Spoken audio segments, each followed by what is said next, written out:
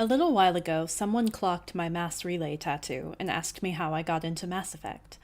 When I admitted that I fell in love with Garrus first and the rest of the game followed, he kind of chuckled and said, "Oh, you're one of those." Yes, there's something of a stereotype in the girls falling for Garrus as an entry point into Mass Effect, and I've written previously about the reasons for his romantic appeal. But in a world full of interesting characters and fulfilling character arcs, Garrus stands out as particularly well executed as an interesting character on his own, a vital connection and support for the protagonist, and a reflection of the overarching theme of the trilogy. Mass Effect's heart is in its characters and their arcs. We watch Tali grow from vagabond to respected admiral, Liara from rogue historian hungry for answers to the holder of the most information in the galaxy, and Rex from cynical bounty hunter to aggressive, emphasis on aggressive, defender of hope. Mass Effect 2's loyalty missions are pivotal moments for each character, and perhaps none more so than Garrus. As one of the few characters from the Mass Effect 1 crew that joins you on the ship in 2, he gets more of his story fleshed out than most. His loyalty mission, Eye for an Eye, is very possibly my favorite mission in all of Mass Effect, and for this essay I wanted to talk about why. It's the darkest place in his character arc. It positions him directly at the point between who he is and who he wants to be. And it showcases the relationship he has, even if it isn't a romantic one, but I'm not gonna lie, I like it better when it is, with the protagonist, Commander Shepard, and the influence she has on his life. Before we begin, a disclaimer. Broadly speaking, I'm talking about how the story works in a playthrough with a paragon female Shepard and a romanced Garrus. Different decisions the player makes will create different stories. Having played through several versions of the story myself, I think this is the strongest, both from a narrative standpoint and for Garrus's character development. All versions of the story are valid, but I think this is the most interesting one to talk about. To talk about why Eye for an Eye is so great, we first have to go back to Mass Effect 1. When we meet Garrus, he's a rogue C-Sec agent, investigating the Spectre Saren, who is also Shepard's target. Garrus runs up against a wall when he's ordered to stop investigating, and Shepard's investigation is at a similar standstill after the Council officially cleared Saren after he responded to the charges against him with the utterly convincing reply, no I didn't. Shepard invites Garrus to join her team to take down Saren, and he gladly accepts. Garrus is frustrated and reveals in conversations with Shepard that he has been frustrated with the red tape that he's required to work within as a C-Sec agent. Bureaucracy, he argues, prevents him from doing his job, which he perceives as bringing the wicked to justice. He gives as an example a case from his early years as a C-Sec agent, the case of Dr. Saleon. Saleon escaped Garrus when C-Sec wouldn't allow him to order the doctor's ship shot down due to the hostages on board.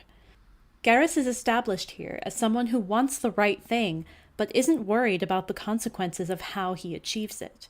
He doesn't think about the collateral damage. Saleon is evil, and Saleon must be stopped, and that's the extent of Garrus's thought process. However he punishes Saleon is justified, because justice will have been served. He extrapolates this same thinking to Saren. Saren is evil, and Saren must be punished. While, yes, Saren is inadvertently working to end the world, Shepard reminds Garrus that she isn't out to stop him at any cost. She isn't going to let innocent people suffer if she doesn't have to. Garrus stops, cuts himself off, and says he'll think about that. When Garrus finds a lead on Saleon, he asks for Shepard's help in taking him down. They find him, and Shepard refuses to let Garrus kill him. Initially outraged, Garrus bites back his anger and tells Saleon he's lucky the commander plans to take him into custody to get intel on his work to prevent it from happening again. Saleon forces Shepard's hand, drawing a gun on her and subsequently getting shot by Shepard herself. Garrus asks what the point of her telling him not to kill Saleon was if she was going to shoot him anyway, and she tells him, "You can't predict how people will act, Garrus, but you can control how you'll respond. In the end, that's what really matters." She didn't go in intending to shoot Saleon. Punishment was not her goal. Making the galaxy a better place was, and those two goals are illustrated here as incompatible. By the end of Mass Effect 1, Garrus has given it consideration and says he plans to return to C-Sec once Saren is dealt with. Inspired by Shepard, he's now seen the way to do the right thing in the right way, and he thinks he's learned how to work within the bounds of the law to ensure justice is served. It seems like a promising and happy ending to the first part of his story, but Garrus's problem is that he still defines justice as punishment. He hasn't absorbed as much of Shepard's lesson as he thinks he has. And that is going to come back to bite him right now in Mass Effect 2. Sometime after the non-Alliance crew have gone back to their respective jobs and planets, the Normandy is attacked, and Shepard dies. Well, mostly. She spends 2 years in a coma while Miranda Lawson and Project Lazarus rebuild her. During this time, Garrus is on the Citadel, once again growing frustrated with C-Sec. They still aren't letting him enact justice as he believes it to be. He still has rules to follow, and he isn't getting anywhere.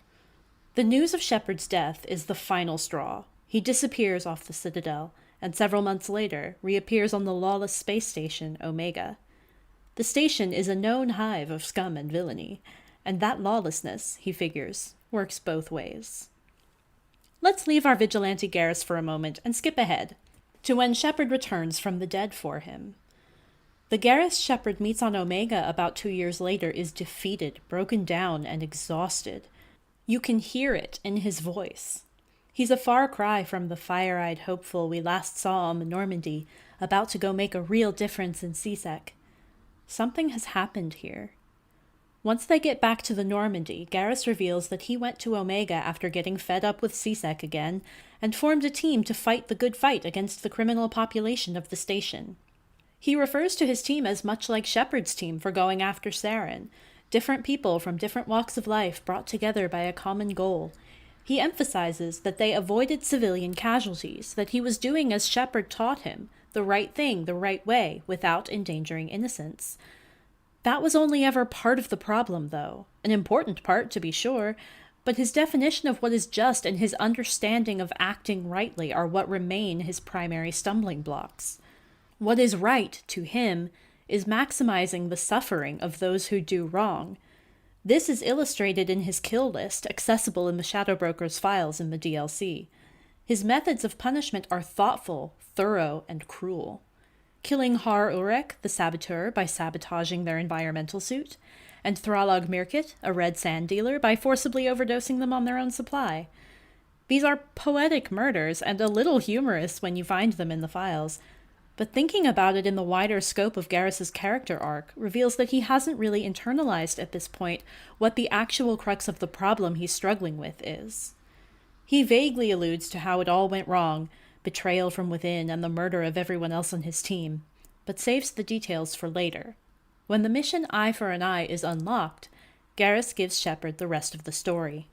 Sidonis, one of the men on Garrus's team, gave the location of their hideout to a mercenary group on Omega and lured Garrus away on a false mission while the mercs killed the rest of his team. Now, Garrus has received intel of Sidonis' location and asks Shepard for her help in enacting his brand of justice. Shepard is immediately concerned and asks Garrus if this is really what he wants. Garrus insists that he doesn't need Shepard's approval, just her help. The last time he asked for Shepard's help was with Salion. Now, Garrus is asking her to help him kill Sidonis. Both of them have to be thinking about the Salion mission. Maybe Garrus is thinking of how, in the end, she did kill Salion. Maybe Garrus is thinking of how she stopped him from making a mistake. Or maybe he's thinking about both, and he isn't sure which ending he wants. During the mission, Garrus is noticeably more aggressive, more bloodthirsty, more threatening. He doesn't hesitate to put a gun in someone's face or put his foot on someone's neck. And Shepard responds to this in a way she doesn't with anyone else. As the player character, most of Shepard's thought process and decision-making is determined, or imagined, to fill in the gaps, by the player, but on every other loyalty mission, you're there to assist. The goalpost doesn't change, and Shepard isn't invited to question it. That Eye for an Eye even gives you the option to tell Garrus that this is upsetting is singular. Camera angles linger on Shepard's reactions to Garrus. Her voice is racked with shock and sorrow. This mission gets a reaction from her that you don't see anywhere or with anyone else. This anomaly signposts that the Garrus you're being presented with, The Garrus better known as Archangel on Omega, the Garrus who ordered the deaths of a ship full of hostages just to get to Salion, isn't the one you know. All the hopefulness, all the dedication to growing and learning, all the willingness to be shown another way is gone. This is Garrus reduced to his most basic self, pursuing what he believes to be justice, no matter the cost. You are meant to notice that he's different. You are meant to notice that something is wrong. It's hard to believe that Garrus, with all he knows of Shepard, would genuinely believe she would do what he's verbally asking her to do. He is upfront about his gruesome intentions, telling her exactly what he plans to do to both the Forger Harkin and Sidonis. It simply doesn't make sense for Garrus to be giving her these details thinking she'll be okay with it. He's pushing her buttons on purpose. He's asking her, without words, to stop him. But he's doing it in the most frighteningly open and honest way, showing her the absolute worst of him, showing her the depths he's been in, and would continue to be in without her, and begging her to make him better. It's Sidonis that finally taught Garrus the lessons Shepard tried to teach him with the Salion mission, that you can't control other people's actions, only your own. He recognized his immediate reaction to Sidonis' betrayal, and in doing so recognized that justice, killing Sidonis, wouldn't solve anything. It wouldn't make the galaxy safer. It wouldn't do any tangible good for anyone else. It would just make Sidonis dead. But he doesn't know how to handle this realization. He doesn't know how to not want Sidonis dead. So he calls in Shepard, knowing that, just like with Salion, she'll know what to do. Shepard and Garrus have a conversation in the Skycar before the final section of the mission.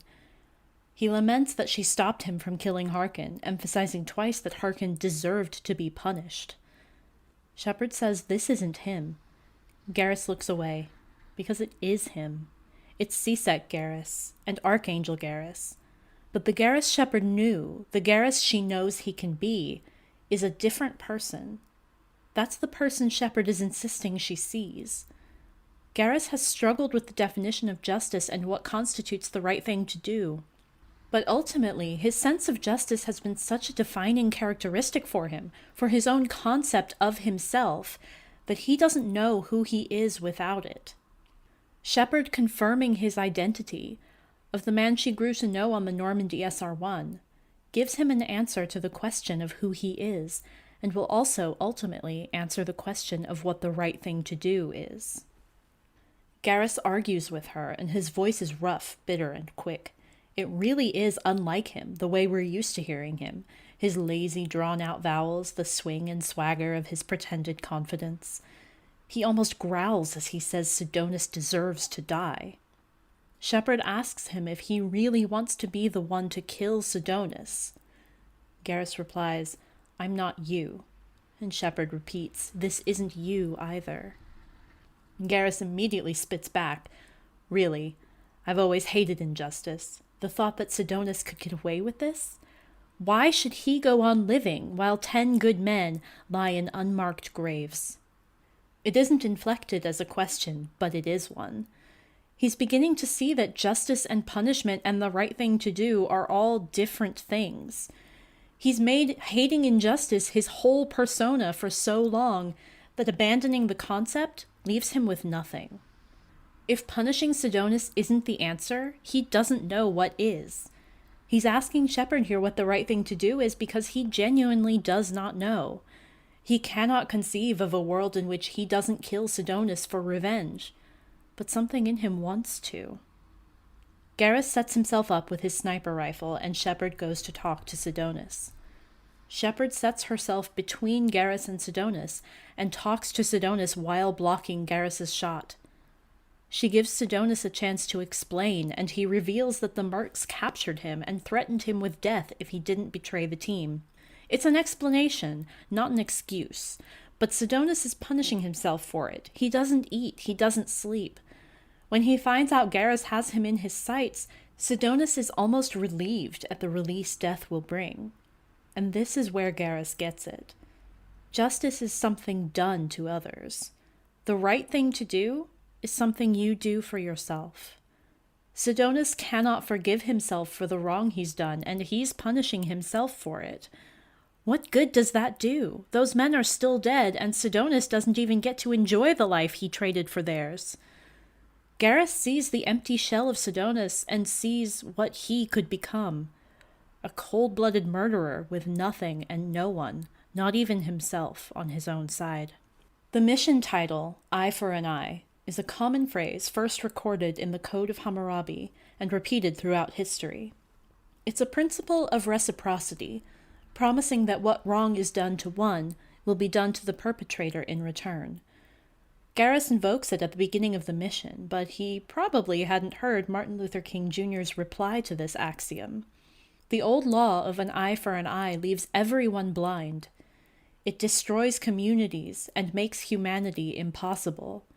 It creates bitterness in the survivors and brutality in the destroyers.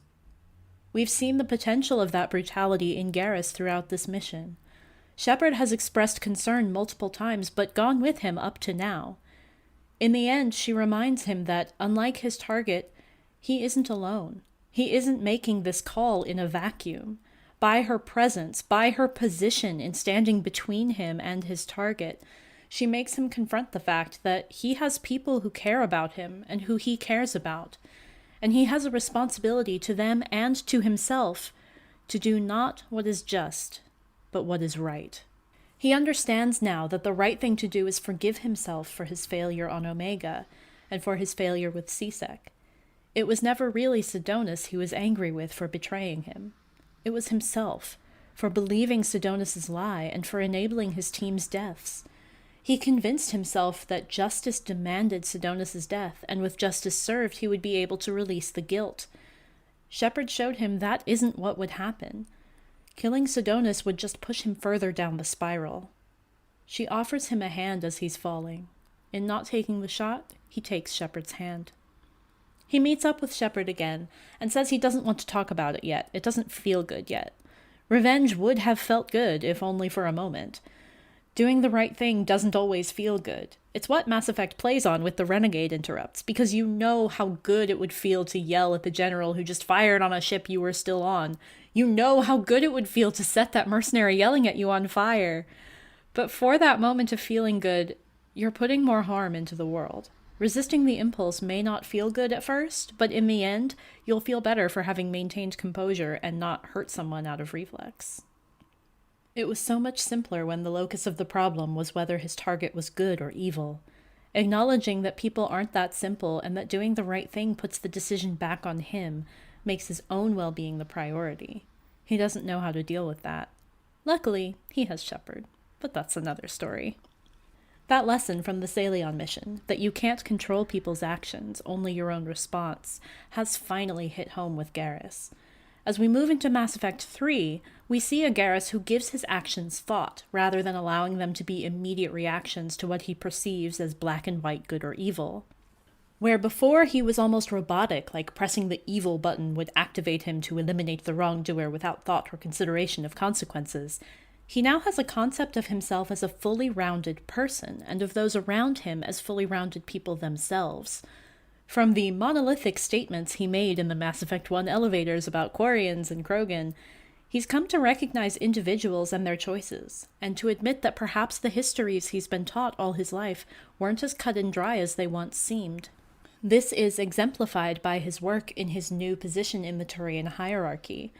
He refuses to give an actual rank, but Shepard notices generals saluting him. At one point during the game, Shepard walks into the main battery to find Garrus staring at a holographic map.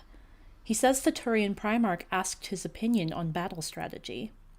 The old Garrus would have looked at this situation and said, "The Reapers are evil, and the Reapers must be punished, and whatever losses the Turian military sustains are acceptable collateral damage in pursuit of justice." But that's not the order Garrus gives. This time, Garrus advises the Primarch to pull their forces back, so they'll be able to support the rest of the galaxy in the final push when the time comes. His idea of victory is now focused on community, not just his own people, but every species in the galaxy. He's not just worried about the Reapers dying, he's worried about who survives this war. Though he's at least thinking of consequences now, his instincts still tend toward catastrophic. Earlier in the game, he spoke of the ruthless calculus of war. 10 billion over here die, so 20 billion over there can live. To which Shepard reminds him, if we reduce this war to arithmetic, we are no better than the Reapers.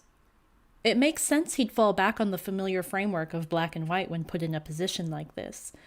Shepard's simply reminding him of the gray, the human, or Turian, or whoever, aspect of decision-making that is always going to require thought and consideration and balance. When we see him make the decision to pull the troops back, we know he's finally truly understood the lesson, and he's grown into someone who can act with both thought and kindness. As an aside, I'm reminded of a description of Anthony Bourdain I read once, calling him kind, but not nice.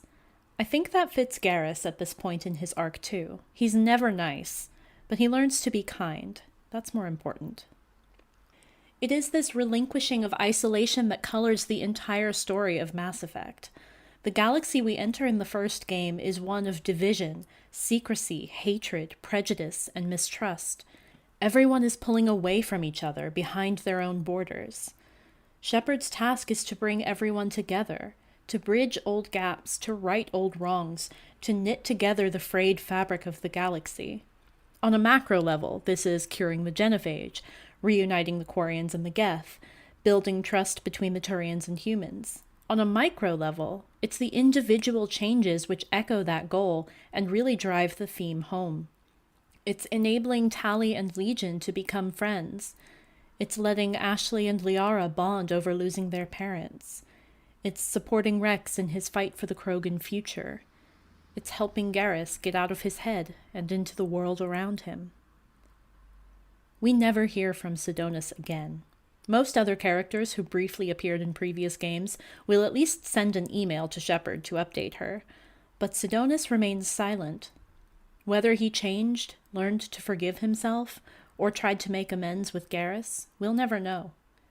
But his story, and the Eye for an Eye mission as a whole, have served their purpose in putting Garrus into the deepest pit of his life, and throwing him the ladder to climb his way out.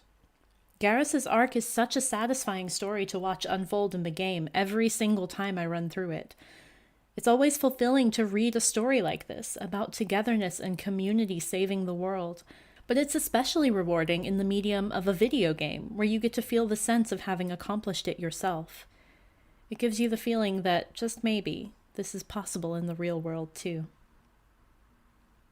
Thank you for listening. If you are interested in more essays on Mass Effect or my other writing in various other arenas, you can find me at Patreon and Ko-fi at VC Audley. If you enjoyed this video, I would really appreciate a like and a comment. It lets the algorithm know that I am not to be buried. And I will see you next time. Have a good time zone.